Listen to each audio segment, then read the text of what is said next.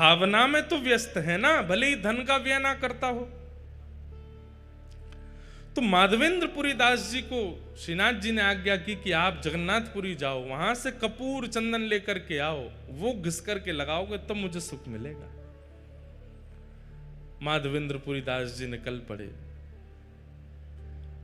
चलते चलते बालासुर पहुंचे, वहीं पर खीर चोरा गोपीनाथ, इनका पहले नाम केवल गोपीनाथ ही था। खीर चोरा तो माधवेंद्रपुरी दास जी के आने के बाद पड़ गया, पहले इनका नाम केवल, और खीर भी नहीं, उनको बोलते क्षीर चोरा।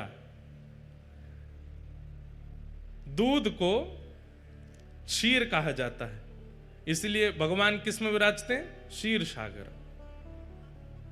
तो खीर चोरा तो हम उत्तर भारतीय कहने लग गए हैं, लेकिन वास्तव में वहां पर अधोटे दूध का भोग लगता है ठाकुर जी को, और उसमें थोड़ी बहुत कुछ सामग्री मिलाई जाती है, इसलिए वो क्षीर चोरा गोपीनाथ। पहले उनका नाम केवल गोपीनाथ ही था, वो क्षीर चोरा। तो और ये गोपीनाथ जी बालासुर में जो विराजमान, जिसको अवसर मिले, समय मिले, 3-4 घंटे का रास्ता होगा शायद यहां से, हुआ ना वहां दर्शन करे आना।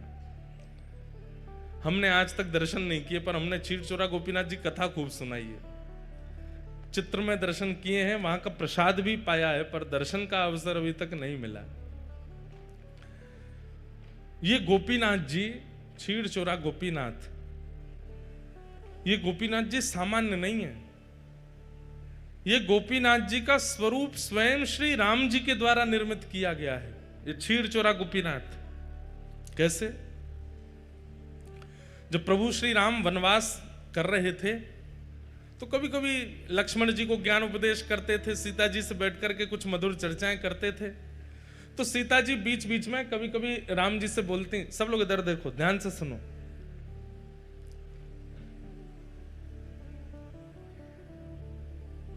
राम जी से कहती,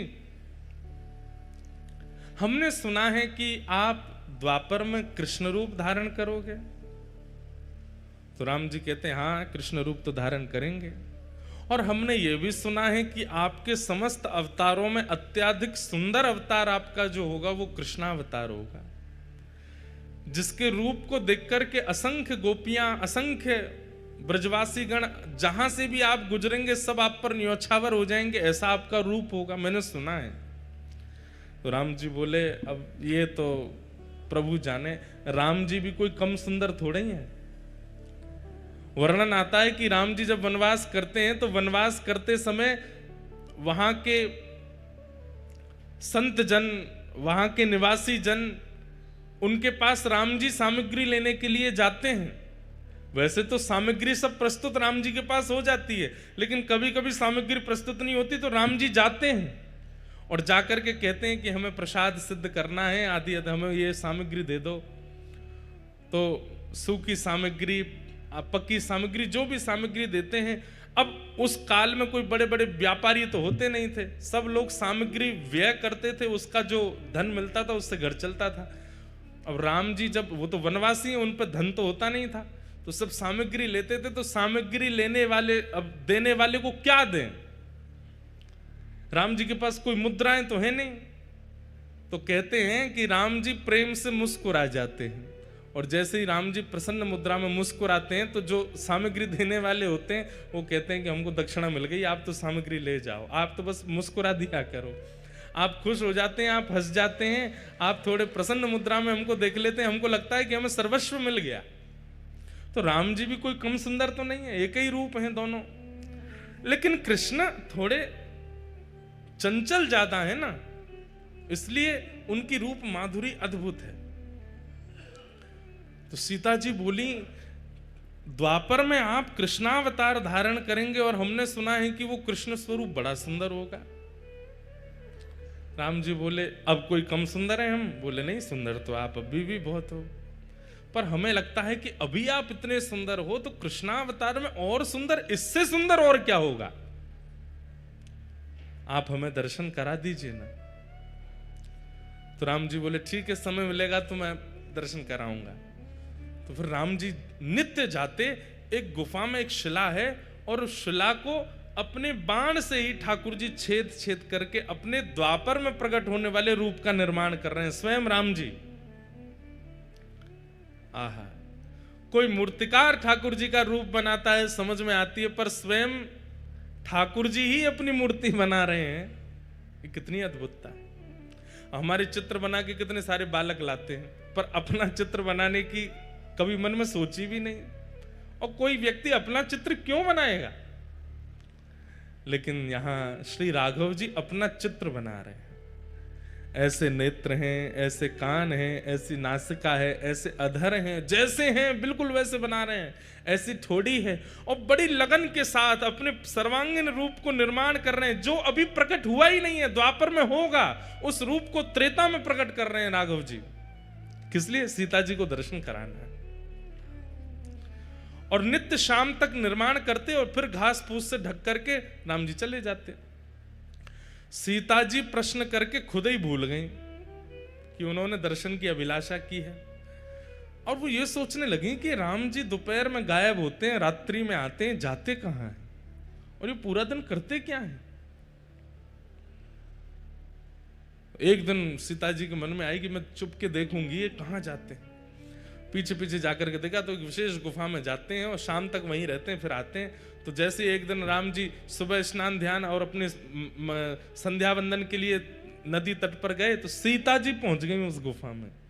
बोले देखूं तो सही क्या है। भीतर जाके देखा तो कुछ नहीं दिखा, एक तरफ घास फूस रखी थी। सीता जी सब जगह खोज खोज के देखी तो घास जैसे ही हटाई, आहा, श्री गोपीनाथ जी ऐसे विराज रहे थे, त्रिभंग लली श्याम सुंदर। राम जी तो सदैव ऐसे रहते हैं, सीधे खड़े रहते हैं, एक हाथ में धनुष, एक हाथ में बाण, और एक हाथ में धनुष, दूसरे हाथ से आशीष, यही मुद्रा रहती है राम जी की। लेकिन आज वही राघव जी जिनको सदा ऐसे देखा है, आज वही राम जी मानो ऐसे दोनों भुजा करके और वंशी धारण करके, और बिल्कुल कमर भी टेढ़ी है, मुख भी टेढ़ा है, पाम भी ऐसे, रूप देख करके सीता जी तो मोहित हो गए। बार बार मन में इच्छा होने लगी कि आलिंगन कर लूं मैं इनका, इतने सुंदर।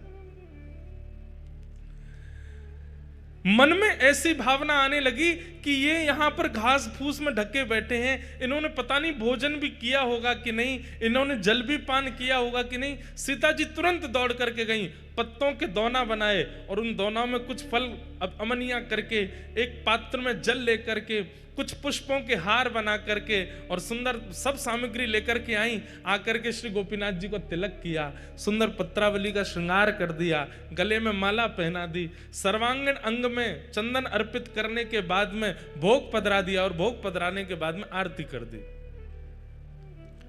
इतने में समय हो गया राम जी के आने का। राम जी जैसे ही आए, आकर के देखा कि यहां तो सीता जी नाच रही हैं मगन होकर के गोपीनाथ जी के आगे। राम जी बोले, देवी ये आपने क्या कर दिया? अरे ये देखो कितने सुंदर हैं, हमें तो आपने सारे तीर्थों में सब स्थान देवताओं के दर्शन कराए, इन देवता का दर्शन क्यों नहीं कराया हमको? ये बेचारे घास फूस में ढके रखे थे, हमने इनका भोग लगा दिया, माला पहना दी, चंदन पधरा दिया। राम जी बोले, देवी ये कोई स्थान देवता नहीं थे, तो आपने हमसे जिज्ञासा की थी कि द्वापर के रूप का दर्शन कराओ, तो मैं अपने हाथ से ही अपना रूप बना रहा था, ये मेरे द्वापर का स्वरूप है। सीता जी बोली, ये आपके द्वापर का स्वरूप है? बोले जी यही श्री कृष्ण है। सीता जी तो भाव विह्वल हो गए, बोले कि आप वचन दीजिए। बोले क्या? आप अकेले नहीं आएंगे द्वापर में, द्वापर में एक रूप से तो मैं लक्ष्मी ही आपकी परांबा जगदम्बा रुक्मणी बनकर के आऊंगी, पर इस रूप का आस्वादन करने के लिए आपको मुझे पूर्व में भी बुलाना पड़ेगा। उसमें मैं केवल आपको देखूंगी, आपका प्रेम स्वीकार करूंगी, आपको देखकर के नृत्य करूंगी, आपको देखकर बस मेरी एक ही क्रिया होगी, ना भोजन करना, ना जलपान करना, ना शयन करना, केवल आपको देखना। तब राम जी बोले, ठीक है, आप ही साक्षात किशोरी जी के रूप में प्रकट हो जाना, श्री राधा रानी बन करके आ जाना और मेरे रूप लावण्य का खूब सुख लेना। लेकिन देवी तुमने इनका तिलक क्यों कर दिया, इनको माला क्यों पहना दी, इनको? बोले क्यों? अभी ये पूरे बने नहीं है, अभी मुझे और निर्माण करना है। अभी ये पूर्ण रूप से सिद्ध नहीं हुए, अभी थोड़ी बहुत। तो सीता जी बोली ये इतने सुंदर हमारे प्राण हरण कर रहे हैं, इससे भी अधिक आपको इनको बनाना है तो इनको अधूरा ही रहने दो। फिर तो हम इससे अधिक जो विशेष रूप है वो तो द्वापर में ही देखूंगी मैं, क्योंकि इनको देख करके जब मेरा मन इतना आनंदित हो रहा है तो फिर पूर्ण रूप कैसा होगा। वही श्री राघव जी के द्वारा निर्मित शिला पर जो ठाकुर जी का स्वरूप है, वही बालास्वर में श्री गोपीनाथ जी के रूप में विराजमान है, जिन्हें क्षीर चोरा गोपीनाथ कहते हैं। पर वो क्षीर चोरा कब बने? जब माधवेंद्रपुरी दास व्रजमंडल से आ रहे हैं जगन्नाथपुरी चंदन लेने के लिए। बीच में जैसे ही गोपीनाथ जी का मंदिर पड़ा, माधवेंद्रपुरी दास जी पहुंच गए, जाकर के आहा भुजा उठा करके नृत्य कर रहे हैं, नृत्य कर करके गा रहे हैं, गोपीनाथ जी का दर्शन करके आनंदित हो रहे हैं। नित्य 11-12 सकोरों में, मिट्टी के पात्रों में ठाकुर जी को क्षीर का भोग लगाया जाता है और वही भोग सारे दर्शनार्थियों को बांटा जाता है। लेकिन माधवेंद्र जी अकिंचन दूर खड़े थे, सब में बट गया लेकिन माधवेंद्र जी को नहीं प्राप्त हो पाया। आप 3-4 दिन से भूखे प्यासे और थे और आपका एक स्वभाव और था। माधवेंद्र संतों के भी अपने अपने स्वभाव होते हैं। जैसे कई संतों का नियम होता है, हमारे वृंदावन में आज भी हैं, जो भिक्षा याटन करते हैं, जो मधुकरी मांगने के लिए जाते हैं, उनका समय है, वो इतनी देर ही आपके द्वार पर रहेंगे, ना तो आपको बुलाएंगे ना डोरबेल बजाएंगे, बस आपके द्वार पर खड़े होकर मंजीरा लेकर के कीर्तन करेंगे। आपने सुन लिया तो दौड़ के जाओ और जो भी मधुकरी है ला करके उनको दे दो। यूं नहीं कि बैल पे बैल बजाए जा रहे हैं, गेट खटखटा रहे हैं, अरे जल्दी लाओ भिक्षा लेकर के आओ हमको दे दो। ब्रज में ऐसे संत नहीं रहते। ब्रज में क्या है, मंजीरा लेकर के जाएंगे, आपके द्वार पर खड़े होकर के हरे कृष्ण हरे राम या राधे कृष्ण राधे श्याम, जो कीर्तन प्रिय लगेगा वो कीर्तन करेंगे। उसका भी उनका समय बंधा हुआ है, 3 मिनट 4 मिनट 5 मिनट, उतनी देर ही कीर्तन करेंगे। उतनी देर में आपने कुछ दे दिया तो ठीक, नहीं तो भूखे ही चले जाएंगे और जाकर के भूखे ही सो जाएंगे, मांगेंगे नहीं। इसलिए ब्रज की कई माताएं हमारे घर पे भी संत जन पधारते हैं, बगल में ही भागवत निवास करके स्थान है, वहां के महापुरुष पधारते हैं, तो वे भी आकर के द्वार पर खड़े हो जाएंगे। आपको पता चल जाए तो भिक्षा दे दो, नहीं तो चले जाएंगे। और उनका टाइम फिक्स है 6:15, तो मतलब 6:15 बजे ही आएंगे। हमारी माता जी अगर स्वयं रहती हैं तो स्वयं पहले ही बना करके दे आती हैं, और नहीं रहती हैं तो जो घर पर रहेगा उसको सारे काम बाद में बताएंगी, ये कमरा देख लेना, वो ये सब बाद में, सबसे पहले बताएंगे शाम को 6:15 बजे वो भागवत निवास के महाराज जी आएंगे, उनके लिए इतनी रोटी दाल चावल सब तैयार करके मधुकरी उनको दे देना। और कई बार हमने देखा कि जब घर लौट के जाते हैं, पूज्य पिताजी भी अनुभव करते हैं, तो माता जी सबसे पहले पूछेंगी बाबा आए शाम को मधुकरी दई, और वो सामने जो घर पे रुके वो अगर के अरे मैया कल तो हम लेट हो गए, बाबा चले गए, तो माँ इतनी उदास हो जाती है कि बेचारे बाबा कल मधुकरी नहीं पाए होंगे। ऐसे मधुकरी पाकर के हमारे व्रज में संत रहते हैं।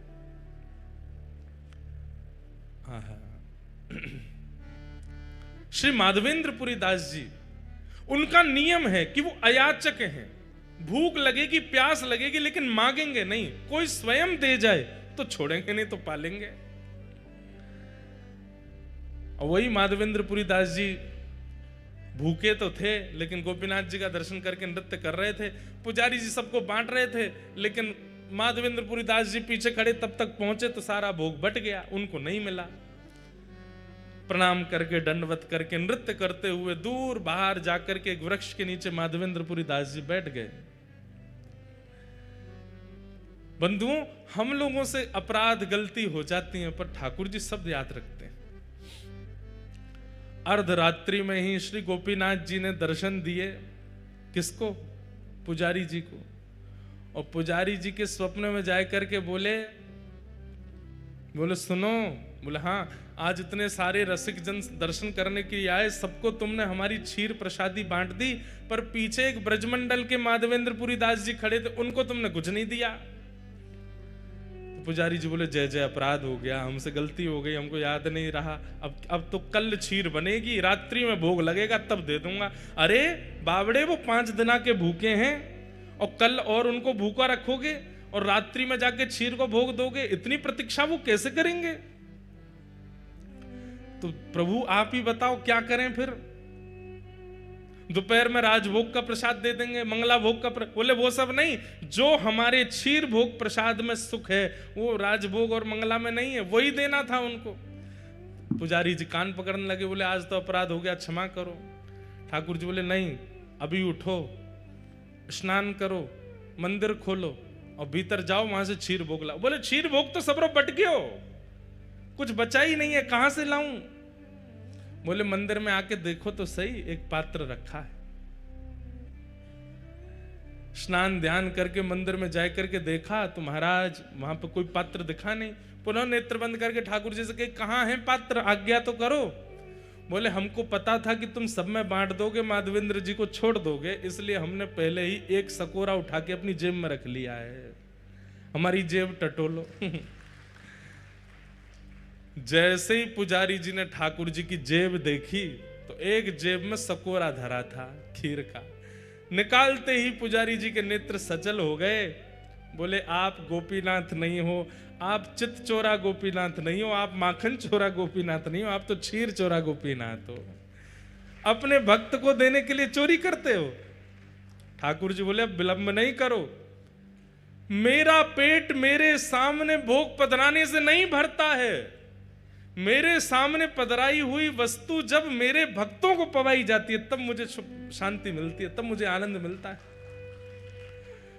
जब तक माधवेंद्र जी को प्रसाद नहीं मिलेगा मुझे नींद नहीं आएगी। जल्दी जाओ पवा दो। पुजारी जी दौड़े गए। रात्रि के 2-3 बजे होंगे, तब घड़ी तो नहीं थी पर अर्धरात्रि हो रही थी और माधवेंद्र जी नेत्रों से अश्रु प्रवाह एक वृक्ष के नीचे बैठे। पुजारी जी दौड़ करके गए और जाकर के कहा माधवेंद्रपुरी दास आप ही हैं क्या? माधवेंद्र जी बोले आपको हमारा नाम कैसे पता? बोले भैया किसी का परिचय सेठ कराते हैं, किसी का परिचय नगरवासी कराते हैं, पर आपका परिचय तो स्वयं श्री गोपीनाथ जी ने दिया है, स्वयं ठाकुर जी ने आपका नाम बताया है। माधवेंद्र जी बोले वो मेरा नाम जानते हैं? बोले जी उन्होंने ही आपका नाम बताया। और आपको खीर भोग नहीं मिला था आज? बोले नहीं मिल पाया था, आपने सब में बांट दिया, हम तक पहुंच ही नहीं पाए। बोले लो ठाकुर जी ने आपके लिए खीर, और पूरी वृत्तांत बताया कि ठाकुर जी ने अपनी जेब में छुपा करके रखी आपको देने के लिए। आहा, माधवेंद्रपुरी दास जी तो वहीं नृत्य करने लगे, रुदन करने लगे, अश्रुपात होने लगा नेत्रों से। हाँ गोपीनाथ, प्राण गोपीनाथ, जीवन गोपीनाथ कहकर के रोने लगे। खीर भोग पाया।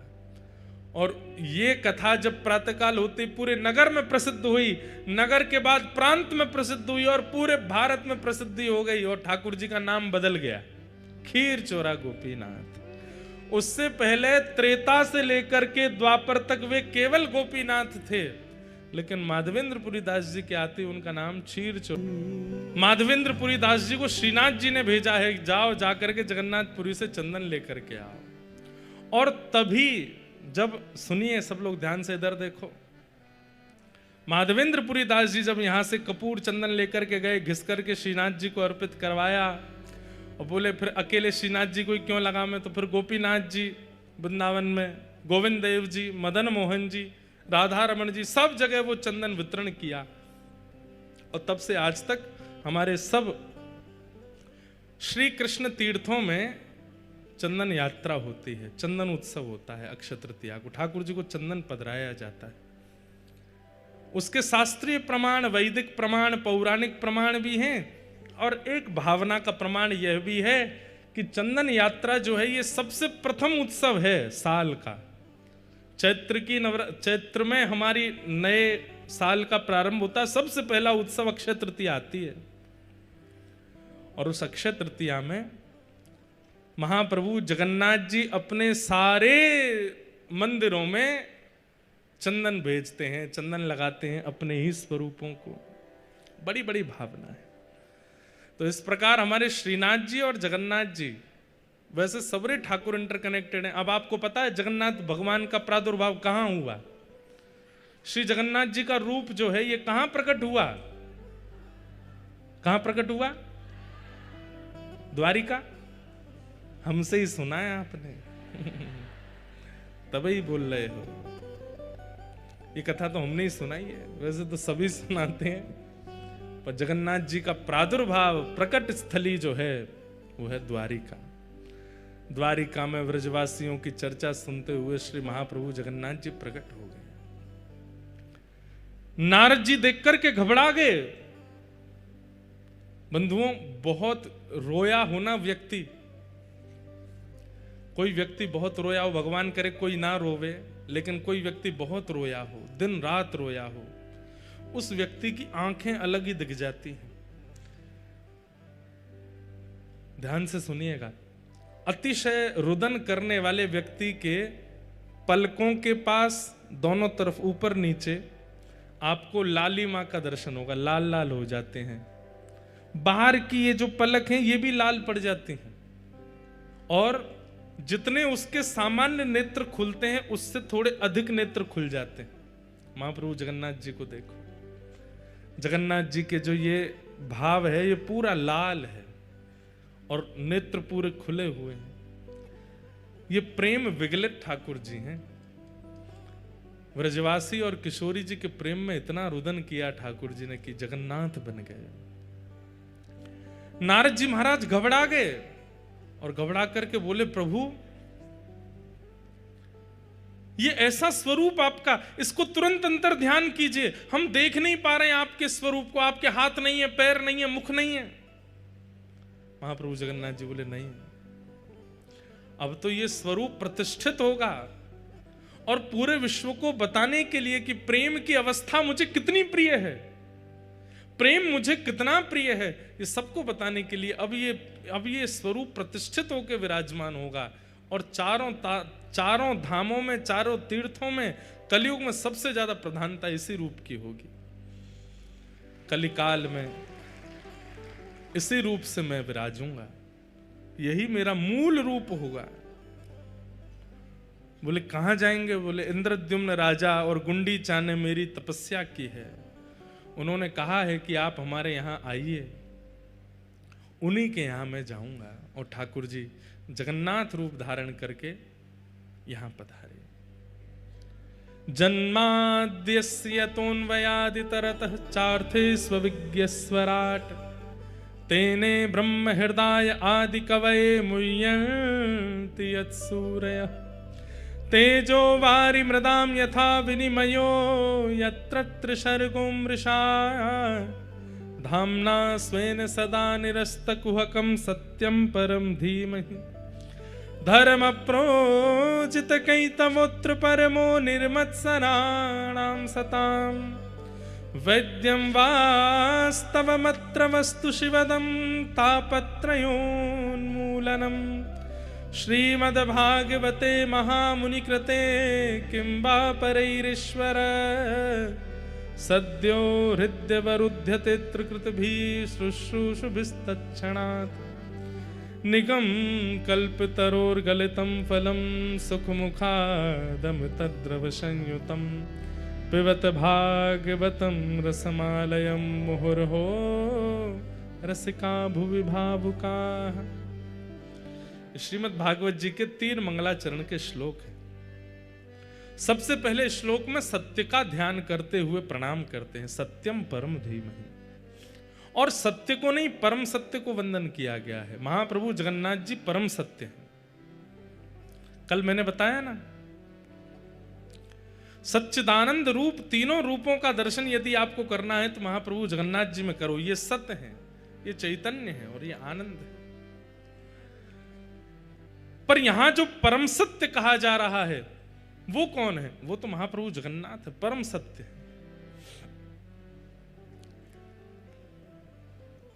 ऐसे परम सत्य श्री महाप्रभु जगन्नाथ जी को हम प्रणाम करते हैं, वंदन करते हैं।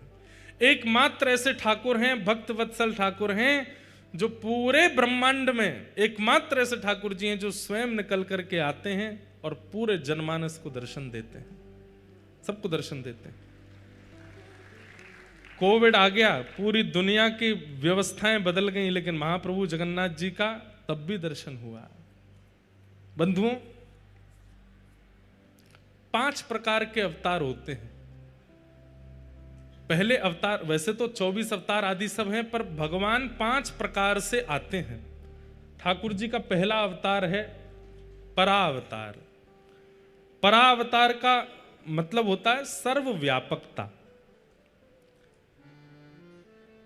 परावतार, इस माइक में भी ठाकुर जी हैं, इस वायु में भी ठाकुर जी हैं, इस पंडाल में भी ठाकुर जी हैं, इन सामने आर्टिफिशियल इन पुष्पों में भी ठाकुर जी हैं, माइक में भी ठाकुर जी हैं, आप में भी ठाकुर जी हैं, हम में भी ठाकुर जी हैं। एक बात कहें, ये परा अवतार जो है इसको पूरी दुनिया मानती है,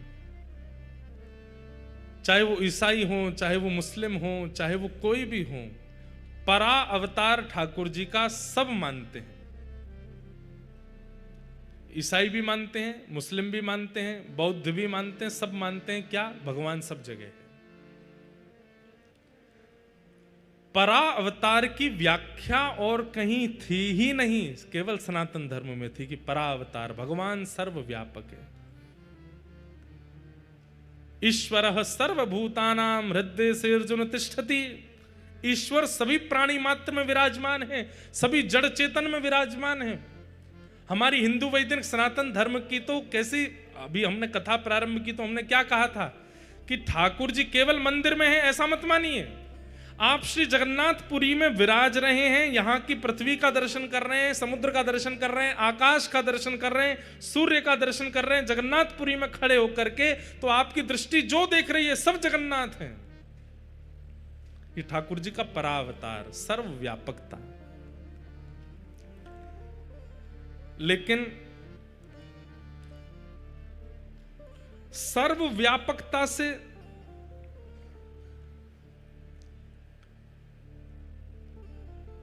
कई अविश्वासी जीवों को सुख नहीं मिलता। ठाकुर जी सर्वत्र हैं, हरि व्यापक सर्वत्र समाना, सर्वत्र व्यापकता है उनकी।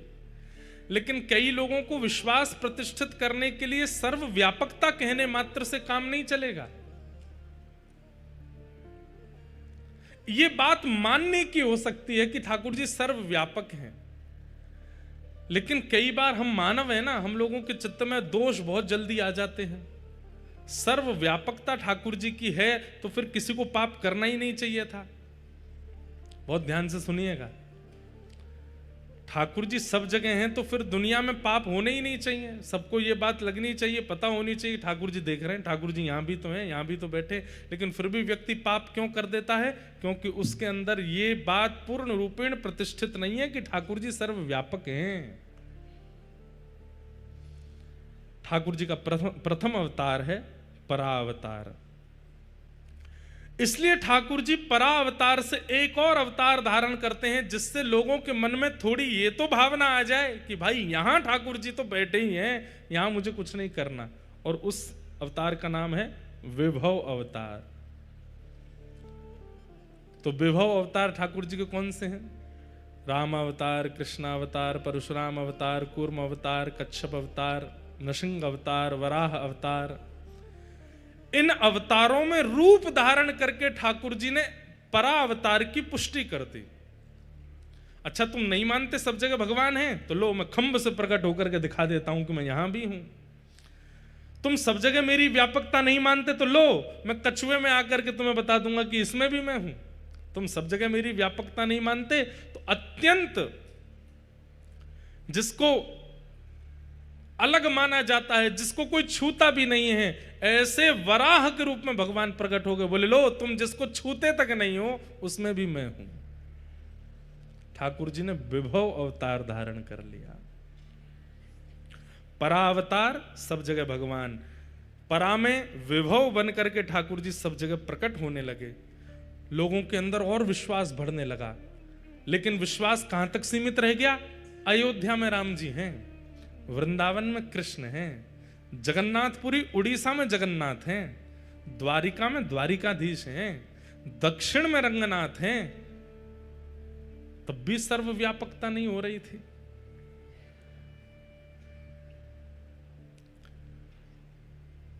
ठाकुर जी ने मन में विचार किया, अब क्या करें, अब इस सर्वव्यापकता को कैसे और ज्यादा रूप धारण कराएं। तब ठाकुर जी ने व्यूह अवतार धारण किया। व्यूह अवतार का अभिप्राय, ठाकुर जी एक से अनेक बन जाते हैं। तो जैसा मैंने आज कथा में बोला, व्यूह अवतार कौन सा? महाप्रभु जगन्नाथ जी भी जगन्नाथ हैं, वो तो जगन्नाथ हैं ही, उनका मंदिर भी जगन्नाथ है। इसलिए शिखर दर्शन की महत्ता। एकादशी के दिन पंढरपुर में, महाराष्ट्र में लाखों करोड़ों की तादाद में भीड़ जाती है दर्शन करने के लिए। सब लोगों को तो भीतर जाने का अवसर नहीं मिल पाता। लाइन भी अगर लगा देंगे कि लाइन से सब लोग जाओ, तो एकादशी निकल जाएगी, उसके बाद में कईयों को दर्शन होंगे। और वो आए तो थे कि एकादशी तिथि पे ही दर्शन करना है। तो फिर वहां के संतों ने, रसिकों ने पंढरपुर की प्रणालिका में यह व्यक्त कर दिया कि पंढरपुर में एकादशी के दिन ठाकुर जी मंदिर में हैं ही नहीं। तो बोले कहां है? शिखर पर बैठे हैं। शिखर पर बैठ करके ध्वजा रूप में सबको दर्शन देते हैं। इसलिए लाखों करोड़ों, वहां बोलते हैं वारी जाती है, और वो वारी चारों तरफ मंदिर के भ्रमण करते हुए केवल ध्वजा जी का दर्शन करती है। और ध्वजा दर्शन को ही श्री पंढरीनाथ दर्शन माना जाता है। केवल पंढरपुर में ऐसा नहीं है, पूरे विश्व में ऐसा ही है कि ध्वजा और शिखर साक्षात परमात्मा है। कोई व्यक्ति अत्यंत वीवीआईपी बनकर के आया और शिखर देखे ही नहीं, सीधे मंदिर में ही घुस गया और ठाकुर जी के दर्शन करके प्रस्थान कर गया, उसका दर्शन अधूरा माना जाएगा, क्योंकि उसने मूल तो दर्शन किया ही नहीं। ठाकुर जी का शिखर मूल है। एक प्रकार से कह दें तो क्या है? मेरे अंदर आत्मा है, मेरे अंदर मन है, मेरे अंदर बुद्धि है। अब आपकी इच्छा क्या है? मैं तो इसके मन से ही मिलूंगा, मैं तो इसकी बुद्धि से ही मिलूंगा, मैं तो इसकी आत्मा से ही मिलूंगा, बाहर वाले से मेरा कोई अभिप्राय नहीं। ऐसा नहीं होता। बल्कि सामान्य संसार में तो ऐसा है कि बाहर वाले शरीर से ही सारे संबंध होते हैं, अंदर वाले को तो हम पहचान ही नहीं पाते। उल्टा होना चाहिए। मंदिर में भीतर वाले का दर्शन बाद में, बाहर वाले का दर्शन पहले। और संसार में व्यक्ति के भीतर पहले झांको, बाहर वाले से ज्यादा आकर्षण मत रखो। हम शरीर पर, रूप पर, रंग पर ज्यादा आकृष्ट हो जाते हैं, उसके हृदय का दर्शन नहीं कर पाते। मंदिर में भीतर दर्शन मिल जाए तो अच्छा, नहीं तो बाहरी दर्शन कर लो, शिखर देख लो बस। और संसार में व्यक्ति के बाहर से ज्यादा प्रभावित मत हो, उसके भीतर झांको, भीतर देखो। तो व्यूह रूप क्या है? वही जगन्नाथ जी अपने श्री मंदिर के रूप में भी हैं, वही श्री मंदिर जगन्नाथ तीर्थ के रूप में भी है, वही तीर्थ महोदधि समुद्र के रूप में भी है, वही महोदधि महाप्रसाद के रूप में भी है, वही महाप्रसाद जगन्नाथपुरी में विचरण करने वाले यहाँ के लोकल जो लोग हैं उनमें भी है। ये ठाकुर जी का व्यूह रूप है। मंदिर पहला स्वरूप, महाप्रसाद दूसरा स्वरूप, महोदधि समुद्र तीसरा स्वरूप, यहां निवास करने वाले जनमानस चौथा स्वरूप। ये चतुर्व्यूह हो गया। हमारे वृंदावन के भी चतुर्व्यूह हैं। सबसे पहला रज, पहला चतुर्व्यूह। दूसरा चतुर्व्यूह श्री यमुना जी। तीसरा चतुर्व्यूह वहां के वृक्षवल्लरी, कुंज निकुंज। और चौथा ब्रजवासी। अगर कोई ब्रजवासी अंक में भर लेवे तो यूं ही मानना चाहिए कि राधा रमण जी ने अंक में भरो है। कोई ब्रजवासी दिख जाए तो यूं ही सोचना चाहिए श्री राधा वल्लभ जी दिख गए हैं। ब्रजवासी को यह नहीं मानना चाहिए, उसको खुद नहीं सोचना चाहिए भाई मैं ही राधा रमण हूं, मेरा दर्शन कर ले। उसके मन में यह भावना नहीं होनी चाहिए। पर दर्शनार्थी अगर ब्रजवासी से मिले तो इस भावना से मिल ले कि ये बिहारी जी हैं, तो उसको दोष नहीं लगेगा, क्योंकि वो ठाकुर जी का व्यूह रूप है। तो पहला परावतार, दूसरा विभव अवतार और तीसरा व्यूह अवतार। लेकिन व्यूह अवतार में भी ठाकुर जी को लगने लगा कि भाई हमारी सर्वव्यापकता और हमारे प्रति जो प्रेम होना चाहिए वो अभी भी प्रतिष्ठित नहीं हो पा रहा है। तब ठाकुर जी ने 5वां अवतार धारण किया जिसका नाम है अर्चावतार। क्या नाम है? अर्चावतार। मेरे अर्चावतार कौन है? प्यारे गिरधर लाल जी। आपके अर्चावतार कौन है? आपके गोपाल जी। आपके अर्चावतार कौन है? आपके मंदिर में विराजमान ठाकुर जी। ये अर्चावतार है। ये ठाकुर जी का 5वां अवतार है, अर्चावतार। परावतार, विभव अवतार, व्यूह अवतार, अर्चावतार। और इस अर्चावतार में एक अवतार रह गया, अंतर्यामी अवतार। चौथा अवतार अंतर्यामी अवतार। अंतर्यामी अवतार मतलब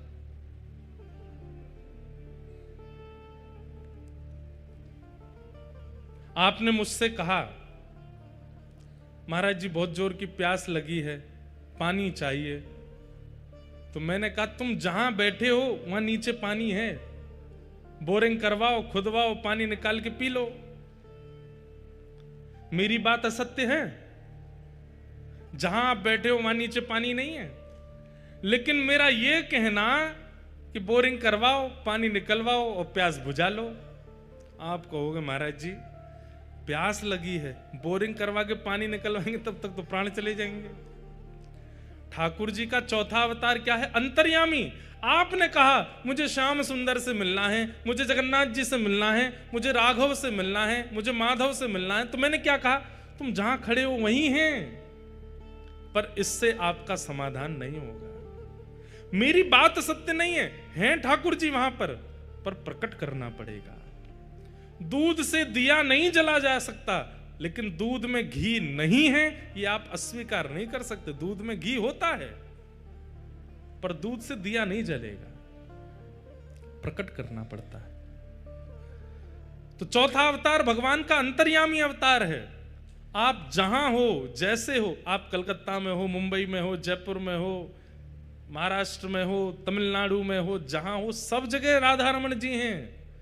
पर आपको याद आ रही है कि मुझे राधा रमन जी से मिलना है, तो मैं ऐसा कह दूं तुम जहां वहीं हैं तो हैं। तो ये बात सत्य तो है, पर उनको अनुभव करने के लिए प्रकट करना पड़ेगा।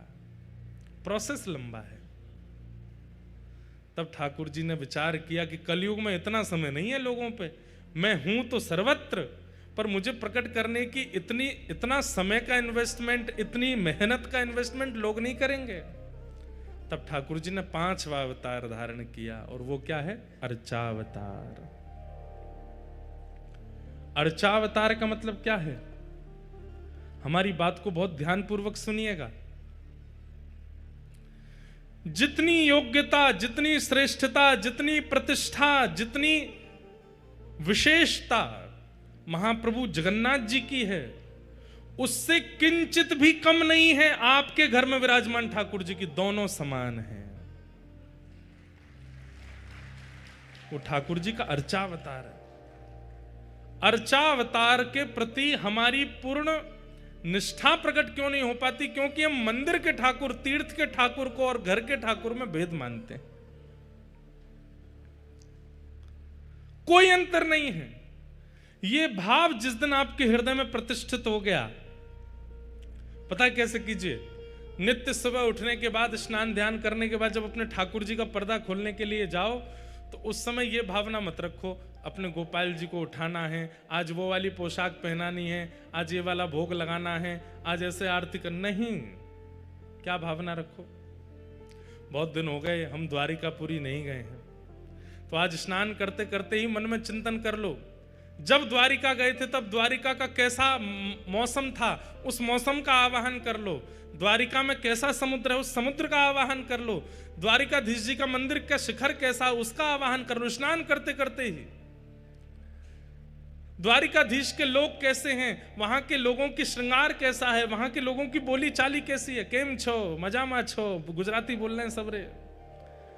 मन में सारी भावनाएं प्रकट कर लो और फिर अपने मंदिर में जाते समय यही भावना रखो, साक्षात द्वारिकाधीश का दर्शन कर रहे हैं, कपाट खोलते ही जय द्वारिकाधीश कहकर के प्रणाम करो। आपके ठाकुर जी का दर्शन और प्रणाम श्री द्वारिकाधीश जी के दर्शन से किंचित कम नहीं होगा, ठीक उतना ही फल मिलेगा जितना द्वारिकाधीश जी के दर्शन में मिलता है। अगले दिन, कल तो द्वारिका हुआ है, आज कहां जाएं? बोले आज जगन्नाथपुरी चल रहे हैं। और सुबह स्नान करते करते ही आवाहन कर लीजिए, महोदधि समुद्र नारायण भगवान हैं, नील चक्र पर सुंदर पीत ध्वजा जी रोहण हो रही हैं, सुंदर ठाकुर जी का मधुर मंदिर है, सिंह द्वार है, सिंह द्वार पर पतित पावन भगवान विराजमान हैं, सुंदर सीढ़ियां चढ़ के हम ऊपर जा रहे हैं। आहा, दालमा, आनंद बाजार में से सुंदर महाप्रसाद की दालमा की सुगंधी आ रही है। हरि हरि बोलो, हरि हरि बोलो कह करके सब उड़िया भक्त मटक मटक के नाच रहे हैं। आवाहन करते हुए जाओ और अपना वस्त्र आदि पहनते हुए ये विचार कर लो हम मंदिर में आ गए हैं। और जैसे ही गरुण स्तंभ के पीछे गए हैं, नेत्र उठा करके देखा है, तुरंत अपने मंदिर के ठाकुर जी का कपाट खोलो, महाप्रभु जगन्नाथ की जय हो, श्री जगन्नाथ महाप्रभु की जय हो। अपने घर के ठाकुर जी को ही इस भाव से प्रणाम करने मात्र से जगन्नाथ यात्रा का फल मिल जाएगा। कितना इससे बढ़िया उपाय क्या होगा? हजारों की टिकट बच गई आपकी, हजारों के होटल का खर्चा बच गया, सारी शारीरिक मेहनत बच गई और घर में ही सौर्य तीर्थ प्रकट हो गए। क्यों? क्योंकि वो आपके अष्ट धातु के भगवान नहीं है, आपके घर में पीतल के, चांदी के, सोने के भगवान नहीं है, वो ठाकुर जी का अर्चावतार है। आप जिस प्रभु का आवाहन करोगे, जिस तीर्थ का आवाहन करोगे, जिस महाप्रसाद का आवाहन करोगे, वो सब आपके घर में उनके सन्मुख पधराते ही प्रकट हो जाएगा। उनको सामान्य मत समझा कीजिए, वो साक्षात भगवान का 5वां अवतार है, अर्चावतार। और श्रीमद् भागवत में ही कही गई एक वाणी की सिद्धता करते हैं, अहम भक्त पराधीन, मैं अपने भक्त के पराधीन हूं। जब भगवान ने यह बात कही कि मैं अपने भक्त के पराधीन हूं, तो किसी ने भगवान से कहा पराधीनता का मतलब पता है आपको? भगवान बोले हमसे पूछ रहे हो? पराधीनता का मतलब होता है कि हिल करके स्वयं पानी भी ना पीना, इसको पराधीनता कहते हैं। प्यासे रह जाएंगे लेकिन स्वयं पानी नहीं पिएंगे, इसको पराधीनता कहते हैं। तो किसी ने कहा तो आप ये कर पाओगे? बोले करूंगा, अर्चावतार के रूप में यही करूंगा। भूख लगेगी लेकिन तब तक नहीं पाऊंगा जब तक पवाएगा नहीं, प्यास लगेगी तब तक नहीं पीऊंगा जब तक पिलाएगा नहीं, श्रृंगार की इच्छा होगी लेकिन तब तक नहीं सजूंगा जब तक सजाएगा नहीं, नींद आ रही होगी लेकिन तब तक नहीं सोऊंगा जब तक सुलाएगा नहीं, अर्चक के पूर्ण अधीन हो जाऊंगा, इसलिए मेरा 5वां अवतार होगा अर्चावतार। और एक बात, जैसे काशी में गंगा जी हैं, हरिद्वार में गंगा जी हैं, ऋषिकेश में गंगा जी हैं, पर गंगा जी का मूल स्रोत गंगोत्री है। वृंदावन में यमुना जी हैं, दिल्ली में यमुना जी हैं, अन्य अन्य क्षेत्रों में यमुना जी हैं, पर मूल स्रोत यमुनोत्री है। ऐसे ही आपके घर लड्डू गोपाल हैं, आपके घर त्रिभंग ललित ठाकुर जी हैं, मेरे पास श्रीनाथ जी हैं, पर इन समस्त ठाकुरों के मूल स्रोत अर्चावतार, सबसे विशेष अर्चावतार कौन से हैं? बोले महाप्रभु जगन्नाथ जी, ये अर्चावतार है। ये सारे हमारे घर के ठाकुरों के एक बात कह दें तो मूल स्रोत हैं जगन्नाथ जी। वैसे इनका नाम क्या है? जगन्नाथ, पूरे विश्व के नाथ। लेकिन रथ पे बैठना हो तो खुद चल के नहीं आते, यहां से पंडाओं के कंधा पे हाथ धरेंगे, इधर से पंडाओं के कंधा पे हाथ धरेंगे, खूब सारे पंडा पुजारी महाराज घेर लेंगे। और फिर इतना ही नहीं है, ठाकुर जी को बढ़िया पाश में बांधते हैं, सुंदर मोटी पाश में बांधते हैं और ठाकुर जी को खींचते हैं आगे, ठाकुर जी पीछे लुढ़कते हैं, फिर आगे आते हैं, फिर पीछे लुढ़कते हैं, फिर आगे आते हैं। हमने तो प्रत्यक्ष देखा जब अभी बाहुड़ा यात्रा में आए, बलभद्र जी निकले मंदिर से, इतने सीधे बेचारे बलभद्र जी, सीधे रथ में गए, कहीं भी लुढ़के नहीं, किसी को परेशान नहीं किया, प्रेम से उछल उछल के सीधे रथ में पहुंच गए। सुभद्रा जी तो और भी प्यारी हैं, ऐसी गोद में जाती हैं वो तो, सुभद्रा जी तो नीचे ऐसे ऊपर उठा के ले जाते सुभद्रा जी को। सुदर्शन जी महाराज भी बड़े प्रेम से गए, लेकिन जब इनकी बारी आई, उस समय दर्शन कर रहा था, 500 से अधिक वैष्णव ठाकुर जी को खींचते हैं, 1000 होते होंगे। अरे कितने भी भारी क्यों ना हो, खूब प्रेम से उठ जाते हैं। जो अर्चक सब हैं वो सब बताते हैं, बोले कभी तो इतने हल्के हो जाते हैं कि ऐसा लगता है कि कोई फुआ रुई का उठा लिया हो। और कभी कभी महाराज जी प्रत्यक्ष देखा, कभी इधर वारे इन पर गिर जाएं, गिर ही जाते हैं, बिल्कुल दया नहीं करते, नीचे आगो तो खेल रहे हैं, ऐसे गिर जाएंगे, फिर यूं हो जाएंगे, फिर पीछे की तरफ जाएंगे, फिर आगे की तरफ आएंगे, कभी यूं हो जाएंगे, खूब आनंद करते हुए जाते हैं ठाकुर जी। क्यों? अहम भक्त पराधीन, पराधीन है। एक ने भी अगर ठाकुर जी को उठाने में नेक ढिलाई करी, वही के ऊपर गिरते हैं, बोले अच्छा ढीला छोड़ रहा, उठा मोकू। क्यों? ये अर्चावतार है, अर्चक है। हम हमारे अधीन रहते हैं ठाकुर जी। तुम सजाओगे तो सजूंगो, तुम खवाओगे तो खाऊंगो, तुम उठाओगे तो उठूंगो, तुम सुलाओगे तो सोऊंगो। बंधुओं, अपने आप को प्रेमी कहना बंद कर दीजिए। आप क्या प्रेम करते हैं ठाकुर जी से? ठाकुर जी प्रेम करते हैं आपसे। ऐसी पराधीनता हम लोगों में नहीं है ठाकुर जी के प्रति। किसी ने पराधीनता का मन बना लिया कि ठाकुर जी पवाएंगे तो मैं पाऊंगा। हमारे पूज्य श्री मलुकपीठ वाले महाराज जी कथा सुना रहे थे। आचार्य चरण जब अपने बाल अवस्था में थे, श्री रामानंदाचार्य जी महाराज, तो उन्होंने मन में भाव रखा कि भाई ये प्रवचनों में कहते रहते हैं कि ठाकुर जी किसी को भूखा नहीं रहने देते, किसी को प्यासा नहीं रहने देते, ठाकुर जी सबको खिलाते हैं, सबको पिलाते हैं। तो आचार्य चरण वहां बैठ करके सुन रहे थे श्री रामानंदाचार्य जी महाराज, और आपने मन बनाया, बोले कि ऐसे थोड़ी होता है, कर्म करना पड़ेगा, परिश्रम करना पड़ेगा, धन कमाना पड़ेगा, अन्न खरीदना पड़ेगा, तभी पेट भरेगा। ठाकुर जी ऐसे थोड़ी किसी को पवा देते हैं। तो जो प्रवचन कर रहे थे उन्होंने कहा कि नहीं भैया, इस बात में पूर्ण सत्यता है। अगर कोई व्यक्ति ठाकुर जी के अधीन होकर के बैठ जाए कि ठाकुर जी खवाएंगे तो खाऊंगा, ठाकुर जी उसको खिलाएंगे, कुछ ना करे, बस ये सोच ले ठाकुर जी मुझे पवाएंगे। ये कथा सुन तो लीजिए, एक बार करके भी देख लेना।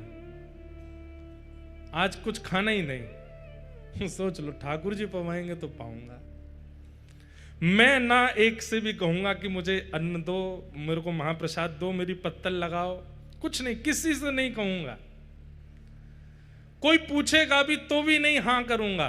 कोई सामने ला करके धर देगा, अपने हाथ से पवा देगा, तो ही मानूंगा कि ठाकुर जी पवा रहे। ऐसी भावना करके एक दिन रह के देखो, ठाकुर जी पवाएंगे, निश्चित पवा देंगे। ऐसी कोई योजना बनेगी, कोई अपने आप ही हाथ दे करके आपके मुख में खवा जाएगा। कल हमारे साथ एक लीला हुई। कल रात्रि में महादीप का दर्शन करने के लिए गए, उसके बाद में महाप्रसाद पा लिया। महाप्रसाद पाने के बाद हम दर्शन करने के लिए गए, तो अब जगन्नाथ जी के सामने वैसे सबसे बढ़िया दर्शन बताएं आपको, जो शास्त्रीय बात है कि महाप्रभु जगन्नाथ जी का दर्शन गरुण स्तंभ के पीछे से ही करना चाहिए, पर हमारे साथ दिक्कत ये हो जाती है कि हम जैसे दर्शन करने जाते हैं, लोग हमको अपराधी बना देते हैं, हमारे पांव छू छू के। मंदिर में कोई पांव छू रहा हो, कोई कुछ कर रहा हो, तो इस कारण से बहुत अपराध बोध लगता है कि महाप्रभु जी के सामने लोग हमको प्रणाम करते हैं, तो लगता क्या करें। अब कल काजल वाजल लगा के जाऊंगा मैं बढ़िया कालिया बन के, तो कोई पहचाने ही नहीं, मास्क में भी पहचान जाते हैं, तो दर्शन हो। तो फिर ऐसे में फिर क्या करना पड़ता है, पुजारी जी लोग थोड़े हमको आगे से ले जाते हैं, यहाँ से आप प्रणाम कर लो। मन तो यही रहता है कि पीछे क्योंकि महाप्रभु चैतन्य महाप्रभु ने श्रीमद रामानुजाचार्य जी महाराज ने, श्रीमद वल्लभाचार्य जी महाराज ने, सब आचार्य चरणों की प्रधानता है कि सबने गरुड़ स्तंभ के पीछे से ही दर्शन किया, और शास्त्रीय प्रमाण है कि वहां से दर्शन करना ही दर्शन गिना जाता है। आप गरुड़ स्तंभ के पीछे से देख लो, उसके बाद आगे आ जाओ, चलेगा। लेकिन गरुड़ स्तंभ के पीछे नहीं गए हैं और सीधे आगे चले गए हैं तो आपका दर्शन अधूरा माना जाएगा। तो कल हम चले गए दर्शन करने, तो गरुड़ स्तंभ पे जा ही नहीं पाए, पहले ही हाथ पकड़ के ले गए, बोले चलो भीतर आगे। अब आगे ले जा करके महाप्रभु जी के सामने बैठ गए, बलभद्र जी के दर्शन, सुभद्रा जी के दर्शन, लेकिन मन में एक क्षोभ चल रहा था कि गरुड़ स्तंभ के पीछे से दर्शन नहीं हुआ। वहां से देख के फिर भले ही आगे आ जाता, लेकिन एक बार उसके पीछे से देखना था। उसके पीछे कारण है कि गरुड़ जी कौन है? गरुड़ आचार्य हैं, जीवाचार्य हैं। और आचार्य सन्निधि में जब आप दर्शन करते हैं तो ठाकुर जी किसको देखते हैं? ठाकुर जी आपको नहीं देख रहे, ठाकुर जी किसी को नहीं देख रहे, ठाकुर जी तो आचार्य को देख रहे हैं। और आचार्य के हाथों के नीचे जो खड़ा हो जाएगा तो आचार्य चरण ठाकुर जी को इशारा कर देंगे, ये खड़ा है मेरी सन्निधि में, इसको भी देख लो। तो ठाकुर जी उसको भी देखते हैं। इसलिए आचार्यों के सहित दर्शन, गरुड़ जी के सहित दर्शन होना चाहिए। आप गरुड़ जी के बिना आश्रय के दर्शन को जाएंगे तो ठाकुर जी तो नेत्र बड़े बड़े हैं। अब जैसे इतनी भीड़ यहां बैठी है, हमको सब स्पष्ट थोड़ी दिख रहे हैं, बस दिख रहे हैं, किसी का चेहरा याद थोड़ी है, ऐसे ठाकुर जी को दिखते हैं। लेकिन हमको सामने श्रीनाथ जी दिख रहे हैं, पीछे श्रीनाथ जी विराज रहे हैं। अब सोच लीजिए कि मान लीजिए ठाकुर जी जीवाचार्य बने बैठे, अब श्रीनाथ जी के बिल्कुल बगल में आके कोई खड़ा हो जाएगा तो वो जरूर दिख जाएगा। ठीक वैसे ही गरुड़ जी आचार्य हैं, उन आचार्य की सन्निधि में आकर के कोई खड़ा हो जाएगा, उसको महाप्रभु जी जरूर देखते हैं। तो कल मेरे मन में आया कि हे महाप्रभु जी, हमने तो गरुड़ स्तंभ के पीछे से दर्शन ही नहीं किया, सीधे आगे आकर के दर्शन हो गए आपके। अब दर्शन भी करता जा रहा था, मन में थोड़ी वो भी हो रही थी, अब क्या दर्शन तो अधूरा माना जाएगा। बस इतने में ही मैंने सोचा कि ठाकुर जी कोई ऐसी लीला करो कि ये स्पष्ट हो जाए कि हमारा दर्शन पूर्ण हो गया है, अधूरा नहीं है। इतने में ही एक पुजारी जी आए और आकर के सीधा भात उनके हाथ में होगा, और मेरे को दिखे भी नहीं है, ऊपर से ही हाथ आया सीधे यूं, और सीधे मेरे मुंह में ही महाप्रसाद ऐसे अपने हाथों से ही मुंह खोल करके महाप्रसाद डाल दिया भीतर। 2-4 कण तो नाक में चले गए मेरे उनको मुंह तो दिखा ली, ऊपर से आके सीधे ऐसे मुंह में, अब उनको मुंह तो पता नहीं था, ऐसे डालने लगे। वो तो मैंने मुंह खोल लिया, नहीं तो पूरा महाप्रसाद नाक में ही चला जाता लेकिन वो महाप्रसाद आते ही सिद्धि हो गई इस बात की। जगन्नाथ जी को देख रहे थे, महाप्रसाद पा रहे थे, ये पहली बार हुआ कि देखते हुए महाप्रसाद पाया। और वो भी अर्चक के द्वारा, ठाकुर जी की सेवा करके ही निकले होंगे, उन्होंने सीधे आके मुंह में पधरा दिया, तो ये प्रमाणित हो गया। महाप्रभु जी बोले कि लाला तू चिंता मत कर, तू तो ब्रजवासी है, तू जहां ते दर्शन कर लेगो पूरा ही मान हो जाएगा, ले महाप्रसाद पा ले। तो जीव सन्निधि आचार्य सन्निधि में करना चाहिए। तो ये बात मैं इसलिए बता रहा था, ठाकुर जी सबको पवाते हैं। और कल एक बात और थी, एकादशी पर नियम है कि आकंठ पाना चाहिए, अपनी क्षमता से ज्यादा पाना चाहिए। लेकिन कल हम जब रात्रि में वहां पा रहे थे तो हमने, हमारे बगल में शीतल भैया बैठे थे, कहाँ है, यहीं तो बैठे थे, ये बैठे, तो ये हमारे बगल में बैठे बैठे बोले महाराज जी आप जितना पालो उसके बाद जो बच जाए हमको दे देना। भूख तो मुझे इतनी लगी थी कि मैं पूरा पा जाता, पर इन्होंने ये कह दिया कि जितना बच जाए दे देना, तो इनके लिए जानबूझ के अधूरा छोड़ा हमने, मतलब पेट भरा नहीं था। तो आकंठ वाला नियम पूरा नहीं हुआ। तो मंदिर में जाके जब ठाकुर जी के सामने बैठे, भीतर से आके पुजारी जी ने जब पवाया तो आकंठ हो गया, वो नियम भी पूरा हो गया कि एकादशी पर दुगना पाना चाहिए। ठाकुर जी पवाते हैं। तो श्रीमन रामानंदाचार्य जी ने अपनी बाल अवस्था में विचार किया कि बिना कर्म किए ठाकुर जी थोड़ी किसी को पवा देंगे। लेकिन प्रवचनकर्ता आचार्य ने कहा कि नहीं, ठाकुर जी पवाते हैं, पवाते हैं, पवाते हैं, नहीं विश्वास होता तो नियम धारण करके देख लो। तो आचार्य चरण बोले ठीक है, मैं कुछ नहीं करूंगा, एकांत में बीहड़ जंगल में जाके बैठ जाऊंगा और देखता हूं ठाकुर जी पवाते हैं कि नहीं। और आपने एक विशेष बीहड़ जंगल ढूंढा जहां कोई नहीं आए।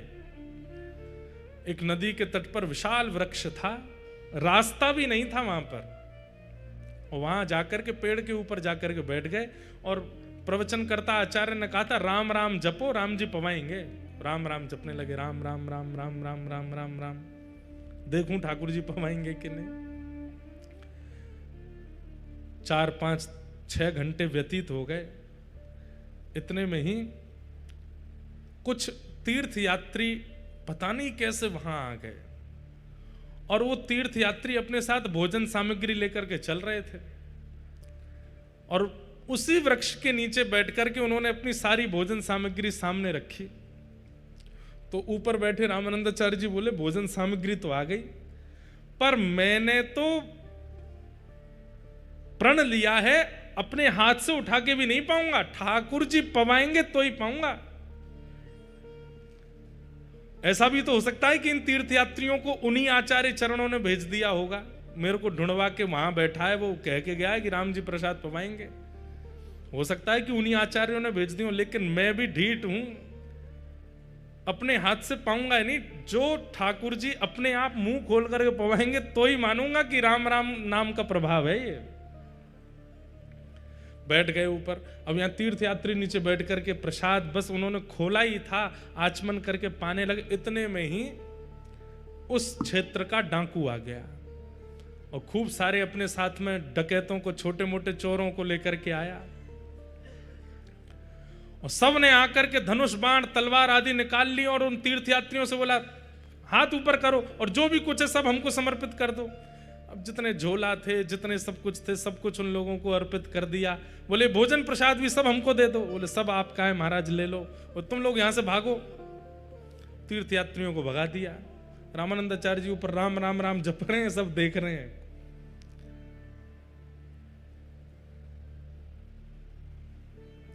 इतने में ही अब वो सब लोग बैठे, बोले महाराज धन धान्य तो ज्यादा नहीं मिला लेकिन भोजन बढ़िया मिल गया है, आइए चकाचक पाते हैं।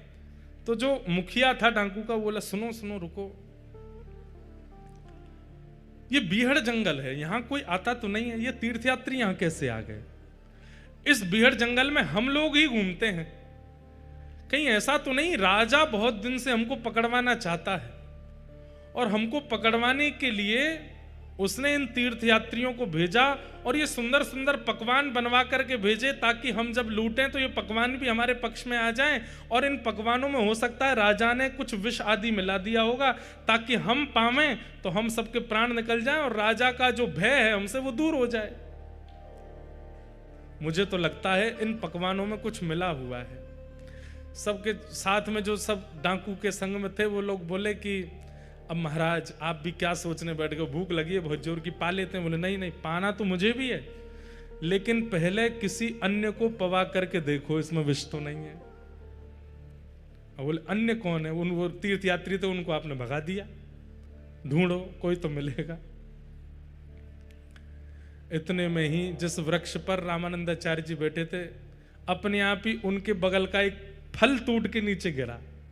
फल जैसे ही नीचे गिरा, डाकुओं की दृष्टि ऊपर गई। ऊपर देखे तो रामानंदाचार्य राम राम राम राम जप रहे थे। पकड़ो इसको, नीचे बुलाओ। पकड़ करके नीचे बुलाया। बोले हाथ पैर बांधो। हाथ पैर बांध दिए। बोले इसका मुंह खोलो। जैसे ही मुंह खोला, बोले अब इसको पवाओ। अब यहां तो डाकू ये देखने के लिए पवा रहा था कि भाई इसमें विष है कि नहीं, लेकिन जैसे ही प्रथम ग्रास डाला, आचार्य चरण के नेत्र अश्रु से भर गए। अब पवाने के बाद में रामानंदाचार्य जी बोले पवा भी देंगे, चबाऊंगा भी खुद नहीं। राम जी मुंह खोल के चबाएंगे तो ही पाऊंगा। अब मुंह में तो दे दिया, अब यहां तो इनका नियम चल रहा है, लेकिन वो डाकू सोच रहे हैं जरूर इसमें विष है इसलिए खा नहीं रहा, इसका मुंह पकड़ के जबरदस्ती खवाओ। रामानंदाचार्य जी रुदन करने लगे। थोड़ी देर बाद जब मुक्त कर दिया, डाकू बोले विष नहीं है, हम भी पा लेते हैं। पा करके चले गए। उसी दिन आपने घर बार त्याग दिया और श्री राम आश्रय ले लिया। बोले भैया आज प्रण करके ये अनुभव हो गया कि राम जी पवाते। और ये बात हम केवल सुना के आपको आनंदित कर रहे हैं ऐसा नहीं है। 7 दिन है जगन्नाथपुरी में, किसी एक दिन करके देख लो। आज हम ना तो खुद थाली लगाएंगे, ना किसी से बोलेंगे, ना याचना करेंगे, देखते हैं रात्रि तक महाप्रभु जी पवाते हैं कि नहीं। मुझे बोलने में डर तो लग रहा है, लेकिन अपने लाला पे विश्वास है, वो पवा ही देंगे। कोई ना कोई ऐसी योजना बनेगी, चाहे एक दिन का भी राह चलता हुआ व्यक्ति आपको दे करके, स्वयं दे करके जाएगा, लेकिन मिलेगा जरूर। ठाकुर जी पवाते हैं, सबका ध्यान रखते हैं ठाकुर जी। वे कौन हैं? वे अर्चावतार हैं, और उन्हीं अर्चावतार का मूल विग्रह यदि इस धराधाम पर कहीं विराजमान है तो वो श्री जगन्नाथपुरी में जगन्नाथ महाप्रभु अर्चावतार। तो भगवान के 5 अवतार हैं, व्यूह अवतार, विभव अवतार, अंतर्यामी अवतार और परा अवतार और अंतिम अर्चा अवतार। ये ठाकुर जी के 5 अवतार हैं। उनमें अर्चा अवतार हम सबके पास में विराजमान है। इसलिए महाप्रभु जगन्नाथ जी का अगर अति भीड़ के कारण दर्शन न भी हो पाए, अपने ठाकुर जी को ही महाप्रभु जगन्नाथ जी के रूप में देख लो, वही समान फल प्राप्त होता है। इसका मतलब यह भी नहीं है कि आप तीर्थ आना बंद कर दें। तीर्थ में आने का अवसर मिलता हो, तीर्थ में कथा सुनने का अवसर मिलता हो तो आना चाहिए, निश्चित आना चाहिए। हर साल तीर्थ यात्रा करनी ही चाहिए। लेकिन जब तीर्थ नहीं जाते, अपने घरों पर रहते हैं, तो तीर्थों का आवाहन अपने घर पर कर लेना चाहिए। आपके अर्चावतार बड़े वर्सटाइल हैं महाराज, घर के ठाकुर जी जैसा वर्सटाइल कोई नहीं होगा। यही जगन्नाथ हैं, यही श्रीनाथ हैं, यही द्वारिकानाथ हैं, यही बद्रीनाथ हैं, यही राधारमण, यही श्रीनाथ, सब कुछ है।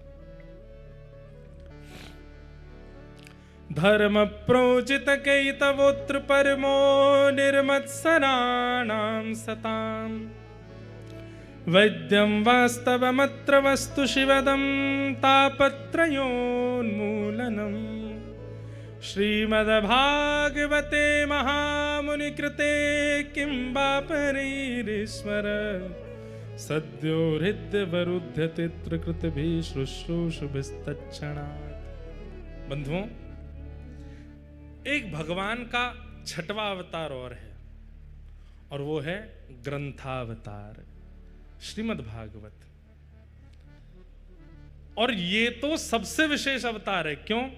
अगर श्रीमद् भागवत जी नहीं होती, आप परावतार को नहीं पहचान पाते। श्रीमद् भागवत जी नहीं होती, आप व्यूह अवतार को नहीं पहचान पाते, आप विभव अवतार को नहीं पहचान पाते, आप अर्चावतार को नहीं पहचान पाते। इसलिए भगवान का एक 6वां अवतार और है, वो है पुराण अवतार, श्रीमद् भागवत।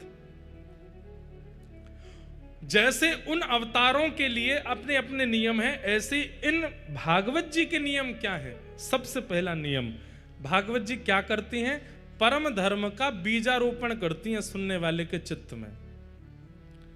जब व्यक्ति अपने शरीर को प्रमुख मान करके उसकी क्रियाएं करता है, ऐसा व्यक्ति धार्मिक माना जाता है। लेकिन जब व्यक्ति शरीर से इतर होकर के आत्म कल्याण की भावना चित्त में रखता है, तो उसी व्यक्ति को परम धार्मिक माना जाता है। समय पर सोना, समय पर उठना, समय पर खाना, समय पर रहना, समय पर सब करना, जो जरूरत है वो खाना, जो जरूरत का नहीं है उसको छोड़ देना। इस प्रकार से अपने धन अर्जन के लिए कर्म करना, व्यापार करना, ये सब धर्म कहलाता है। लेकिन अपने आत्म कल्याण के लिए, अपने चित्त के कल्याण के लिए, इस देह के भीतर विराजमान जो सूक्ष्म आत्मा है, उसके उद्धार के लिए जब आप क्रियाएं करते हैं, उसको परम धर्म कहते हैं। रात में 10, साढ़े 10, 11 बजे सो जाना चाहिए, पर महाप्रभु जगन्नाथ जी की महाआरती, वो दीप आरती कल रात्रि 11:30, पौने 12 बजे हो रही है। तो हमारे मन में क्या आया? वैसे तो मैं सो जाता हूं 11 बजे, लेकिन अभी तो आरती 11:30 बजे होगी, तो उस दिन उठ करके उस आरती के लिए अपने नियमों का त्याग करना, ये परम धर्म है। अब जन्माष्टमी को 12 बजे अभिषेक होता है रात्रि में, लोग बाग सो रहे हैं 10 बजे, जो नियम से रहने वाले। वैसे तो आजकल लोग 2-3 बजे से पहले सोते नहीं हैं। ये 2-3 बजे तक स्वयं को उठाना, ये कहीं ना कहीं पाप हो जाता है। वो धर्म भी नहीं है, परम धर्म भी नहीं है, वो पाप कर्म है। ठाकुर जी के लिए 2 बजे तक उठ रहे हो तो वो पाप नहीं है। किस लिए उठ रहे हैं 2 बजे तक? बोले भजन करते हैं रात में बैठ करके। नियम करते हैं रात में बैठ करके। हमारे वृंदावन में कई ऐसे महापुरुष हैं, रात्रि 2 बजे उठ जाते हैं, 2 बजे उठ करके भजन करते हैं। तो उनका 2 बजे उठना वो धर्म विरुद्ध, शास्त्र विरुद्ध नहीं है। क्यों? किस लिए उठे हैं? परम उद्धार के लिए, अपने कल्याण के लिए 2 बजे उठे, इसलिए उनका उठना उचित है। श्रीमद् भागवत जी क्या करती हैं? परम धर्म का निरूपण कराती हैं और परम धर्म करने की क्षमता प्रदान करती हैं। जहां व्यक्ति देह से उतर करके, देह से उठ करके अपने आत्म कल्याण, भीतर वाले उस चित्त के कल्याण की भावनाएं रखने लग जाता है, ऐसा व्यक्ति परम धार्मिक माना जाता है। शरीर तीर्थ में घूम आया, शरीर पर तिलक लगा लिया, शरीर को सब प्रकार की परिक्रमा आदि करा दी, शरीर को समुद्र में स्नान करा दिया, पर मन परिवर्तित नहीं हो पाया, वो व्यक्ति धार्मिक तो है पर परम धार्मिक नहीं है। परम धार्मिक व्यक्ति तो वो है जो बाहर से ग्रहण करने वाली वस्तु को हृदय तक ले जाए, वो परिवर्तन चित्त में आवे। जगन्नाथपुरी जब तक हैं तब तक तो भोजन आदि की शुद्धता का ध्यान रखा, और जैसे जगन्नाथपुरी से लौट करके अभी नवरात्रि आने वाली है, नवरात्रि में हमारे उत्तर भारत के कई प्रांतों में प्याज लहसुन भी नहीं खाएंगे लोग। और 10वीं के दिन, पिछली साल मैंने न्यूज देखी थी कि नवरात्रि के समय पर भारत में जो मांस का भोजन करने वाले लोग हैं उनका रेशियो कितना घट गया। 9 दिनों में मांस भोजन नहीं किया गया, लेकिन नवरात्रि पूरी होती, दशहरा जिस दिन आया, बोले उस दिन क्या हुआ? बोले जीव जंतु कम पड़ गए, जितने बचे थे सबको खा गए, कोई नहीं बचा। ऐसे धर्म का क्या फायदा? हमने दिनों में बांट दिया है, हमने समय में बांट दिया है कि बस इस समय पर शुद्धता रख लो, बस इस समय पर पवित्रता रख लो, हो गया काम।